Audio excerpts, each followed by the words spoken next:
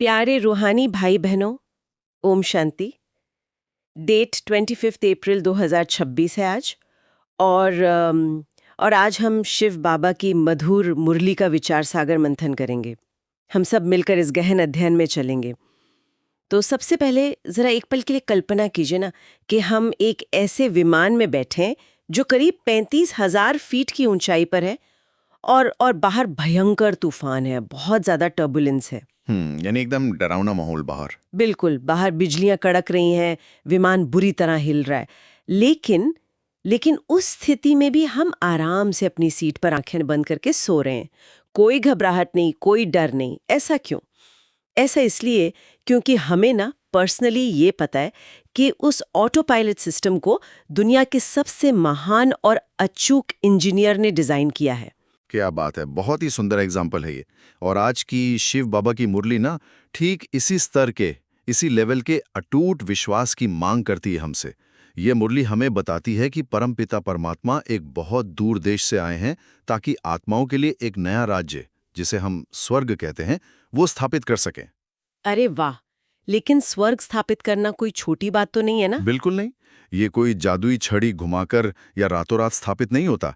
अगर हम आज की मुरली की गहराई में जाएं, तो ये आत्मा और परमात्मा के बीच के सबसे गहरे रहस्यों, 84 जन्मों के चक्र और वर्तमान समय, जिसे हम संगम युग कहते हैं, उसकी एक बहुत ही डिटेल्ड, एकदम साइंटिफिक ब्लूप्रिंट है। यानी एक तरह का नक्शा है, राइट? हाँ हाँ, एक स्पिरिचुअल नक्शा, एक ऐसी आध्यात्मिक प्रक्रिया जहां हमें अपने उस इंजीनियर पर, यानी शिव बाबा पर पूरा भरोसा करना होता है। तो यहीं से मेरा मतलब है, यहीं से उस टर्बुलेंस वाले विमान की बात सीधे तौर पर जुड़ती है।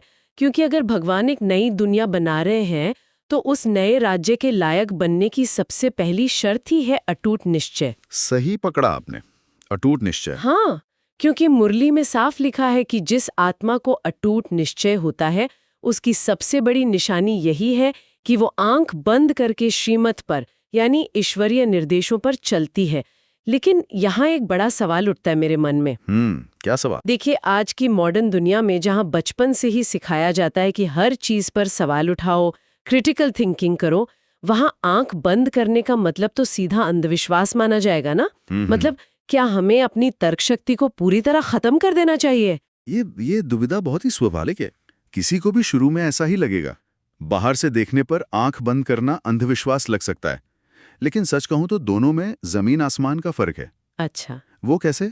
अंधविश्वास वहाँ होता है जहाँ अज्ञानता हो, डर हो या कोई लालच हो। हाँ। लेकिन मुरली जिस आंख बंद करने की बात कर रही है ना, वो डर पर आधारित नहीं है। वो एक बेहद गहरी समझ पर आधारित है। मतलब डर के मारे हाँ में हाँ नहीं मिलानी। बिल्कुल नहीं। जब हमें ये 100% क्लियर हो जाता है कि हमारा जो आध्यात्मिक पिता है वो पूरी तरह से रिस्पॉन्सिबल है, यानी जिम्मेवार है, तो वो अंधा विश्वास नहीं रहता। वो एक, जिसे हम कहते हैं ना, एक कैलकुलेटेड सरेंडर बन जाता है। कैलकुलेटेड सरेंडर, वाह, ये फ्रेज बहुत अच्छा है। हाँ, क्योंकि मुरली बहुत स्पष्ट शब्दों में कहती है कि अगर श्रीमत पर चलते हुए बाहरी तौर पर कोई नुकसान भी दिखाई देना, तो भी शिव बाबा उसको ठीक कर देंगे। यही भरोसा चाहिए। ये तो बहुत ही शक्तिशाली बात है। यानी यहाँ अपनी लौकिक बुद्धि या जो हमारी रोजमर्रा की चतुराई होती है उसको बीच में नहीं लाना है। एकदम सही। अगर हम उस टर्बुलेंस वाले विमान में बैठकर अपना दिमाग लगाएंगे कि इंजन कैसे काम कर रहा है, विंग्स का एंगल क्या होना चाहिए, तो हम बस अपनी एंग्जाइटी ही बढ़ाएंगे ना। उड़ान को सुरक्षित रखना तो पायलट का काम है। हम यात्री हैं, हमारा काम सिर्फ सफर पर भरोसा करना है। आपसे पूरी तरह सहमत हूँ। जब हम अपनी सीमित बुद्धि लगाते हैं ना, तो हम असल में परमात्मा की श्रीमत में मिलावट कर रहे होते हैं। और देखिए, निश्चय का अर्थ ही है पूर्ण समर्पण। सही बात है। मिलावट करेंगे तो रिजल्ट वैसा नहीं मिलेगा। वही तो, अगर मन में ये ख्याल आ गया कि पता नहीं इसमें मेरा कुछ नुकसान तो नहीं हो जाएगा, तो वहीं पर वो निश्चय खंडित हो जाता है। और इसी अटूट निश्चय के बल से आत्मा की जो अवस्था है वो बिल्कुल अडोल और अचल बन जाती है। लेकिन सरेंडर करने के लिए, यानी खुद को पूरी तरह सौंपने के लिए, ये जानना बहुत जरूरी है कि हम सरेंडर कर किस पर रहे हैं। मतलब उस विमान का निर्माण किसने किया है और हम यात्री आखिर हैं कौन। ये फाउंडेशन है, आत्मा और परमात्मा का ज्ञान। हाँ, और जब हम आत्मा और परमात्मा की बात करते हैं तो समाज में अक्सर यही कहा जाता है कि दोनों का रूप तो एक जैसा ही है, दोनों ही ज्योति बिंदु रूप हैं। मुरली में आता है ना, स्टार मिसाल हैं, भ्रुकुटी के बीच चमकते हुए सितारे। तो जब रूप एक जैसा है तो फिर आत्मा और परमात्मा में बुनियादी फर्क आखिर है क्या? देखिए, रूप एक होने का मतलब ये कतई नहीं है कि उनकी अवस्था या उनके गुण भी समान है। इसको मुरली एक बहुत ही तार्किक और गहरे तरीके से समझाती है। आत्मा और परमात्मा के बीच सबसे बड़ा फर्क उनके चक्र और जिसे हम आध्यात्मिक एंट्रोपी कह सकते हैं, यानी ऊर्जा के क्षय में है। आध्यात्मिक एंट्रोपी, थोड़ा इसे आसान भाषा में समझाएंगे? जरूर। देखिए, आत्मा 84 जन्मों का चक्कर लगाकर सतोप्रधान से तमोप्रधान बन जाती है, यानी समय के साथ वो पूरी तरह पतित या अपवित्र हो जाती है, उसकी ऊर्जा कम हो जाती है, जबकि परमात्मा जन्म मरण के चक्र से पूरी तरह रहित हैं। ओ, यानी वो उस साइकिल में फंसते ही नहीं है। बिल्कुल, वो इस चक्र में आते ही नहीं है, इसीलिए वे सदा पावन हैं। उनकी एंट्रोपी कभी घटती नहीं है। ये आध्यात्मिक एंट्रोपी का कॉन्सेप्ट सच में बहुत दिलचस्प है। जैसे भौतिक दुनिया में कोई भी नई चीज समय के साथ पुरानी होती है, कमजोर होती है, वैसे ही आत्मा की ऊर्जा भी जन्म लेते लेते क्षीण होती है। और मुरली में इन जन्मों का आंकड़ा भी बहुत स्पेसिफिक दिया गया है। हाँ, पूरे 84 जन्म। हाँ, मुरली बताती है कि सतयुग में पूरी आयु 150 वर्ष होती है और वहाँ कोई अकाल मृत्यु नहीं होती। और एक बहुत ही खास बात जो आती है मुरली में कि केवल सूर्यवंशी आत्माएं ही पूरे 84 जन्म लेती हैं। यही तो एंट्रोपी का प्राकृतिक नियम है ना। जो आत्माएं शुरुआत से इस सृष्टि चक्र में आती हैं, यानी जो बिल्कुल सतयुग की शुरुआत से मौजूद हैं, केवल वही पूरे 84 जन्मों के चक्र से गुजरती हैं। और जो बाद में आती है, अब जो आत्माएं सृष्टि नाटक में बाद में आती हैं, उनके जन्म नेचुरली कम होते हैं। किसी के 83 जन्म होंगे, किसी के 80 होंगे। इसे हम आज की टेक्नोलॉजी से भी समझ सकते हैं। जैसे एक स्मार्टफोन की बैटरी का एग्जाम्पल ले लीजिए। अरे हाँ, बैटरी वाली एनालॉजी, ये तो बहुत ही आम और क्लियर एग्जाम्पल है ना? जब हम नया फोन लेते हैं तो बैटरी 100% चार्ज होती है। यह है आत्मा की सतोप्रधान अवस्था, सतयुग की अवस्था। फिर जैसे जैसे दिन भर हम फोन का इस्तेमाल करते हैं, अलग अलग ऐप चलाते हैं, तो क्या होता है? बैटरी नेचुरली डिस्चार्ज होने लगती है। बिल्कुल। त्रेता युग, द्वापर युग और कलयुग तक आते आते वो बैटरी लगभग 0 के करीब पहुंच जाती है, यानी आत्मा तमो प्रधान बन जाती है। आत्मा उसी बैटरी की तरह है जो जन्म लेते लेते और कर्म करते करते डिस्चार्ज हो जाती है। और शिव बाबा? परमात्मा वो मुख्य पावर हाउस हैं जो कभी डिस्चार्ज नहीं होते, क्योंकि वो इस बैटरी के इस्तेमाल की प्रक्रिया में, यानी जन्म मरण के चक्र में आते ही नहीं है। वाह, इस तार्किक विश्लेषण से तो समाज में प्रचलित एक बहुत बड़ी और आम धारणा सीधे तौर पर कट जाती है। आजकल तो देखिए, कहीं भी चले जाइए, यही सुनने को मिलता है कि आत्मा सो परमात्मा। हाँ, ये बहुत बड़ा भ्रम है। लोग सोचते हैं कि अगर हम बहुत ध्यान करें, बड़ा ज्ञान प्राप्त कर लें या अच्छे कर्म करें तो अंत में हमारी आत्मा ही परमात्मा बन जाएगी। लेकिन आपकी बैटरी और पावर हाउस वाली बात से क्लियरली समझ आता है कि ये दोनों कभी एक नहीं हो सकते। एकदम ठीक कहा आपने। शिव बाबा की मुरली इस धारणा को पूरी तरह खारिज करती है। जरा गहराई से सोचिए इस बारे में। अगर आत्मा ही परमात्मा है तो इसका मतलब ये हुआ ना कि परमात्मा भी सतोप्रधान से तमोप्रधान, यानी पतित बन जाते हैं। और अगर परमात्मा ही पतित हो गए तब तो दुनिया का कल्याण हो गया। वही तो। अगर भगवान ही अपवित्र हो गए तो इस पूरी दुनिया को पावन कौन बनाएगा? ये तो ऐसा हुआ जिससे उस पावर हाउस की खुद की ही सारी बिजली खत्म हो गई हो। परमात्मा का मुख्य काम ही है सभी आत्माओं की सर्विस करना और पतित आत्माओं को पावन बनाना। सही बात है। आत्मा सो परमात्मा कभी नहीं हो सकते। बिल्कुल नहीं, क्योंकि परमात्मा कभी अपने वास्तविक स्वरूप को नहीं भूलते। वो तो ज्ञान के सागर हैं, सुख के सागर हैं। उनकी स्मृति हमेशा जागृत रहती है। सीधी सी बात है भाई, जिसे पूरे घर की सफाई करनी है उसका खुद तो साफ होना जरूरी है ना। अगर सफाई करने वाला ही मैला हो गया तो बाकी सबको साफ कौन करेगा? तो ये तो स्पष्ट हो गया कि रचता और रचना दोनों अलग हैं। हाँ, ये क्लियर डिस्टिंक्शन है। बड़ा कार्य कब और कैसे करते हैं? और इसी सवाल के जवाब में ना समय और माध्यम दोनों का बहुत बड़ा रहस्य छुपा है।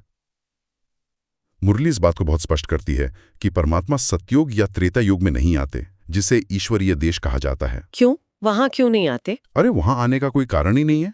वहां तो आत्माएं पहले से ही सुख में हैं। उनकी बैटरी 100% चार्ज है, तो चार्ज करने वाला वहां क्यों आएगा? हाँ, ये भी तरकीब है। जिसका पेट भरा उसे खाना थोड़ी देंगे। सही कहा। परमात्मा केवल कल्प के संगम युग पर आते हैं। संगम युग यानी वो छोटा सा समय जहां कलयुग का अंत और सतयुग की शुरुआत होती है। वे इस पराये देश में, यानी इस रावण के राज्य में तब आते हैं जब सब दुखी होते हैं, जब आत्मा की बैटरी पूरी तरह डिस्चार्ज हो चुकी होती है। लेकिन एक प्रैक्टिकल प्रॉब्लम है इसमें। अगर वो हमेशा निराकार रूप में ही रहें, ऊपर परम धाम में ही रहें, तो वो हमसे बातचीत कैसे करेंगे, संवाद कैसे होगा? सूक्ष्म वातन से तो ये पढ़ाने का कार्य नहीं हो सकता ना। बिल्कुल नहीं हो सकता।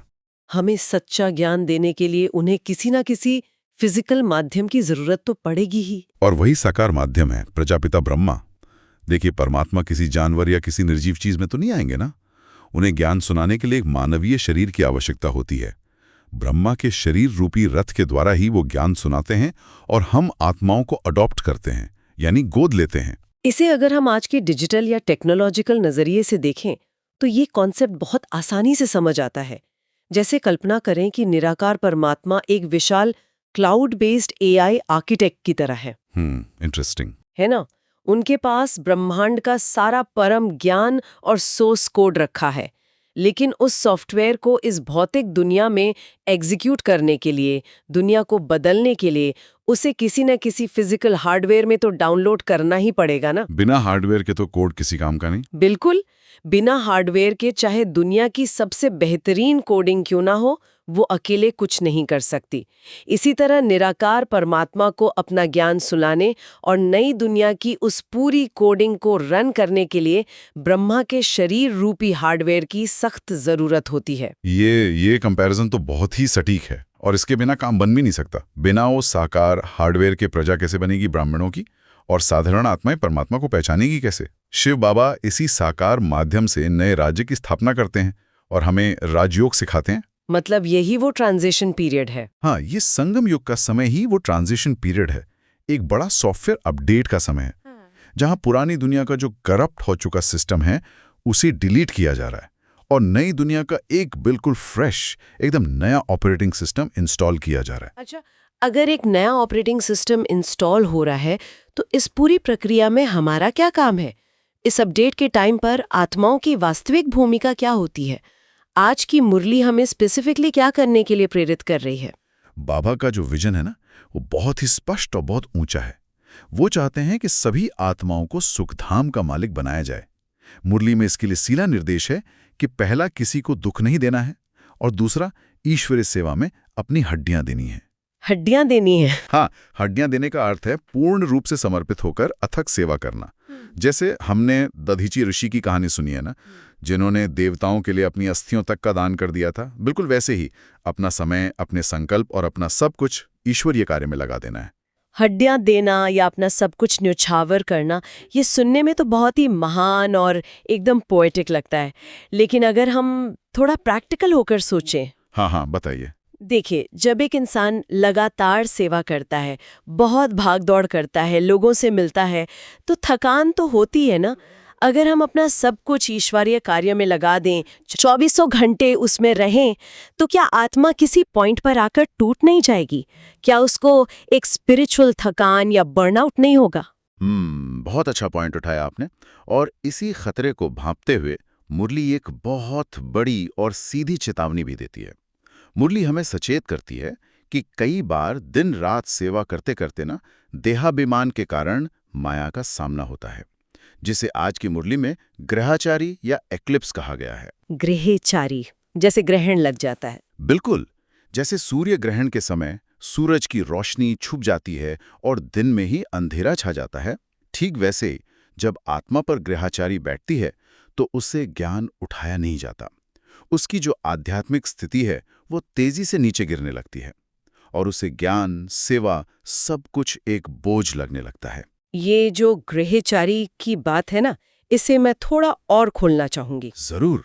देखिए, ज्ञान तो है हमें और हम लगातार ईश्वरीय सेवा में भी लगे हुए हैं, फिर भी आत्माएं इस ग्रहचारी का शिकार आखिर क्यों हो जाती हैं? क्या वो सेवा की बहुत ज्यादा व्यस्तता यानी ओवरवर्क ही इसका मेन रीजन है? क्या जिसे आज की भाषा में हम स्पिरिचुअल बर्नआउट कहते हैं, ये वही है? यहाँ पर बहुत बारीक फर्क समझना जरूरी है। देखिए, कमी सेवा की अधिकता में नहीं है। सेवा तो कभी आत्मा को थकाती ही नहीं है। तो फिर थकान आती कहाँ से है? थकान और ग्रहचारी आती है श्रीमत में अपनी बुद्धि मिलाने से। अपनी बुद्धि मिलाने से मतलब ईगो? हाँ, जब आत्मा थक जाती है तो असल में वो देहाभिमान में आ जाती है कि ये सेवा तो मैंने की, मेरे बिना तो ये काम हो ही नहीं सकता, या देखो मैंने इतने सारे लोगों को ज्ञान समझाया।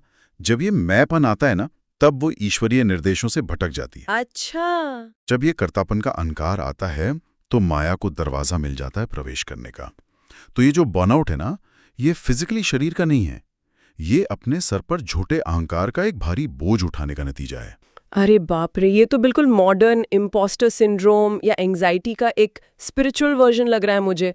हम थक इसलिए जाते हैं क्योंकि हम वो बोझ उठा लेते हैं जिसे उठाने के लिए हम कभी बने ही नहीं थे। एकदम सही पकड़ा। हम सोचने लगते हैं कि हम अकेले दुनिया बदल रहे हैं, जबकि रियलिटी ये है कि हम सिर्फ एक इंस्ट्रूमेंट हैं, एक निमित्त है उसके हाथ में। बाबा तो मुरली में हर कदम पर हम बच्चों से कितने प्यार से पूछते हैं कि ठीक बैठे हो, कोई तकलीफ तो नहीं है। ये उनका बेहद का प्यार ही तो है। और हम है कि हम खुद ही बेवजह का कर्तापन लड़कर अपनी तकलीफ को और बढ़ा लेते हैं। बिल्कुल, श्रीमत पर चलने का असली मतलब यही है कि आप निमित्त भाव में रहें। जब आप सिर्फ एक इंस्ट्रूमेंट हैं, एक वाद्य यंत्र है, तो सोचिए वाद्य यंत्र कभी थकता है क्या? कभी नहीं। थकान बजाने वाले को होती है, इंस्ट्रूमेंट को नहीं। वही बात, थकान तब आती है जब वो वाद्य यंत्र खुद ये सोचने लगे कि संगीत तो वो खुद ही बना रहा है। वास्तविक स्पिरिचुअल पावर श्रीमत से मिलती है। जब हम अपनी चालाकी या अपना ईगो बीच में घुसाते हैं, तभी माया की ग्रहचारी हम पर हावी होती है। बहुत गहराई है इसमें, और यही बात हमें आज की मुरली के सबसे गहरे और सबसे सूक्ष्म प्रहार की ओर ले जाती है। देखिए, बाहरी सेवा और माया के जो युद्ध की हमने बात की, उसे बहुत आगे बढ़कर मुरली अंत में हमारे आंतरिक और सूक्ष्म जगत पर ध्यान खींचती है। हाँ, वरदान और स्लोगन के रूप में। बिल्कुल। आज के वरदान और स्लोगन को अगर हम गौर से देखें तो आज का वरदान बंधन मुक्त बनने का है। लेकिन यहाँ ये बंधन क्या है? ये कोई लोहे की जंजीर तो नहीं है जो दिखाई दे। मुरली कहती है सबसे बड़ा सूक्ष्म बंधन है खुद को बहुत समझदार समझकर श्रीमत में अपनी बुद्धि मिक्स करना, जिसे बुद्धि का अभिमान कहा गया है। जी हाँ, बुद्धि का अहंकार बहुत खतरनाक होता है। और इसके अलावा एक और बहुत ही सूक्ष्म बंधन पर इशारा है, वो है निंदा स्तुति में फंसना या किसी की कमजोरी को देखकर व्यर्थ संकल्प चलाना। मतलब दूसरों को जज करना। हाँ, जब हम दूसरों की कमजोरियां देखकर उन्हें जज करते हैं, उनके बारे में नकारात्मक सोचते हैं, तो एक्चुअली हम खुद को उन बातों में बांध लेते हैं। और इसलिए आज का स्लोगन हमें याद दिलाता है, पहले सोचना फिर करना, यही ज्ञानी आत्मा का गुण है। पर यहाँ ना मुझे एक बहुत बड़ा पैराडॉक्स दिखता है, एक ऐसा गहरा विरोधाभास जिसे क्लियर करना बहुत जरूरी है। कैसा विरोधाभास? देखिए, आज की पूरी दुनिया में तो अपनी बुद्धि का सबसे ज्यादा इस्तेमाल करने को ही सबसे बड़ा गुण माना जाता है ना। आप कॉर्पोरेट सेक्टर देख लीजिए, एजुकेशन देख लीजिए, या नॉर्मल लाइफ, सोसाइटी उसी को सबसे ज्यादा इनाम और रिस्पेक्ट देती है जो सबसे ज्यादा स्मार्ट हो, जो हर जगह अपनी अकल लगाए। तो फिर इस स्पिरिचुअल रास्ते पर इसी स्मार्टनेस को, इस बुद्धि को अहंकार और बंधन क्यों बोला गया है? ये बहुत अच्छा सवाल है। ऐसा इसलिए क्योंकि दुनिया की जो ये सो कॉल्ड स्मार्टनेस है ना, वो हमेशा अहंकार पर टिकी होती है। वो हमेशा किसी दूसरे को नीचा दिखाने और खुद को मैं कुछ हूं ये साबित करने पर आधारित होती है। Superiority complex. बिल्कुल। अगर हम अव्यक्त इशारा का रेफरेंस लें तो स्पिरिचुअल रास्ते पर हमारी जो ये लिमिटेड बुद्धि है, जो इन 84 जन्मों के साइकिल में न जाने कितने अलग अलग अनुभवों और संस्कारों से ऑलरेडी इतनी अशुद्ध हो चुकी है, वो सचमुच ईश्वरीय कार्य में एक बहुत बड़ी आफत बन सकती है। महान बनने के लिए यहाँ चतुराई या चालाकी नहीं चाहिए, यहाँ चाहिए मधुरता और नम्रता।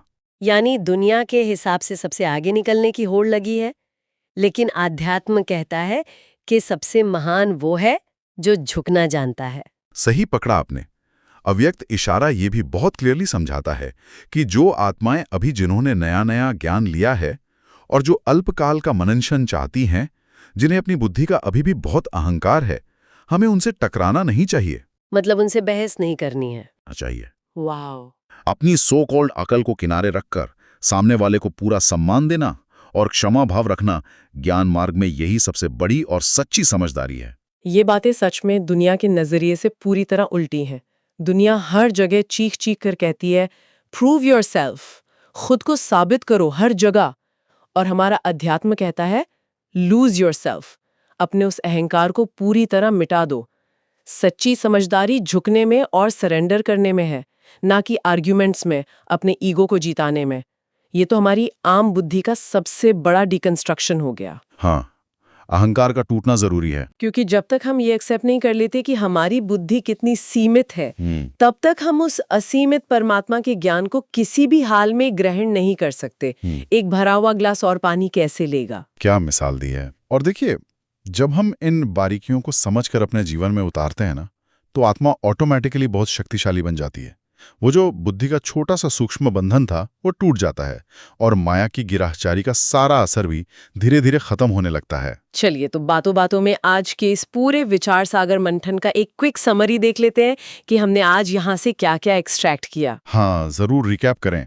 तो सबसे पहले हमने टर्ब्यूलेंस वाले उस ऑटोमेटिक विमान के एग्जाम्पल से शुरुआत की थी, जहां हमने ये समझा कि उस नई दुनिया, उस नए राज्य में जाने के लिए अटूट निश्चय और शीमत पर पूरा 100% भरोसा चाहिए। सही है। बुनियादी फर्क है।